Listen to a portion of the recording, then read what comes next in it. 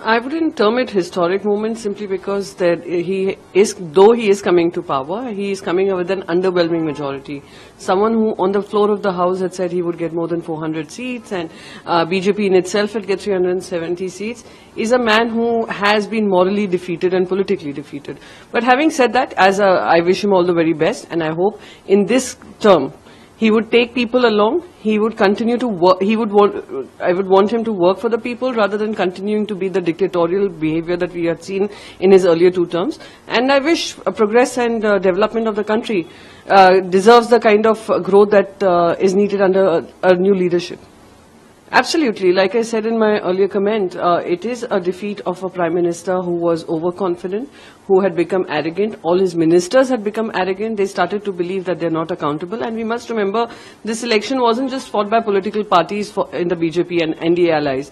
It was fought along with their important political tools like Enforcement Directorate, Income Tax, CBI, Election Commission of India, and various other agencies, the media, and various other agencies that were supposed to perform democratically, constitutionally, compromised. So the political toolkit that was used by the Bharatiya Janata Party today stands defeated. I wish her all the very best. She has continued to guide the party from seeing lows to the highs that they have seen in this particular election.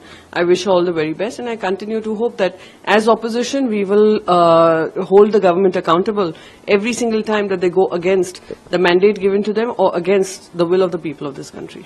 Yes, so I think the Congress has just declared that Mallikarjun Kharge ji would be attending the swearing-in ceremony.